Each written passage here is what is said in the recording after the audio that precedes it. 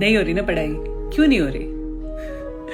मौत आ रही है ना पढ़ाई करने में। कितनी मुश्किल है भाई पढ़ाई, कितना स्ट्रगल है पढ़ाई में। तो एक छोटी सी कहानी सुनाऊंगी मैं तुम लोगों को, वो भी मेरी लाइफ से रिलेटेड।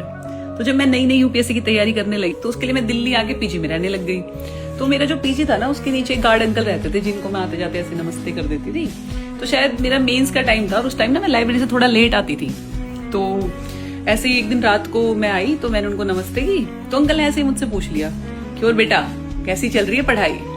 और मैं भाई वो जो एस्पिरेंट होता है ना, जो भरा बैठा होता है, उसकी तरह भय भय करके मैंने कहा अंकल मेरी तो जिंदगी बर्बाद हो गई, पता नहीं क्यों मैंने तैयारी शुरू करी, इतना कंपटीशन है, इसमें तो होने का ही नहीं है और इतना स्ट्रगल है, आप सही, आपका टाइम सही था, ब्ला ब्ला ब्ला। और अंकल ना थोड़ी देर तो मुझे सुनते रहे और फिर हल्का सा मुस्कुराए और फिर मुझे कहते हैं कि बेटा स्ट्रगल क्या होता है आपको पता ही नहीं है।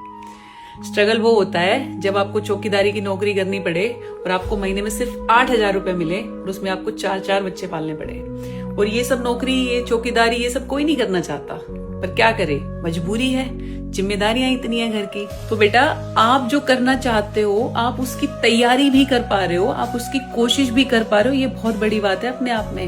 फिर उन्होंने बोला वरना जाके पूछना गांव में अपने पिताजी से, अपने चाचा से कि उनको किसने इतने दिन बैठ के पढ़ने का मौका दिया। कोई नहीं देता था।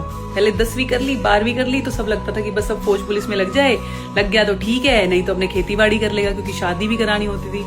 और महिलाओं को तो ये मौके कभी मिले ही नहीं। तो बेटा ये जिसको तो आप स्ट्रगल समझ रहे हो ना, ये स्ट्रगल नहीं है, ये प्रिविलेज है।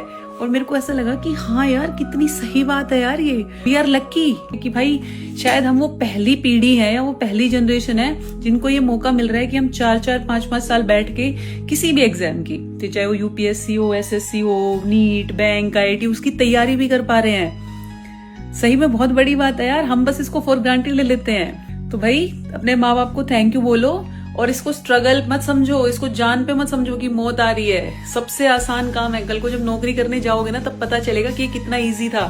एक कुर्सी पे बैठ के सिर्फ पढ़ना है, सिर्फ पढ़ना, ठीक है? तो खुश रहो और दिल से पढ़ाई करो यार।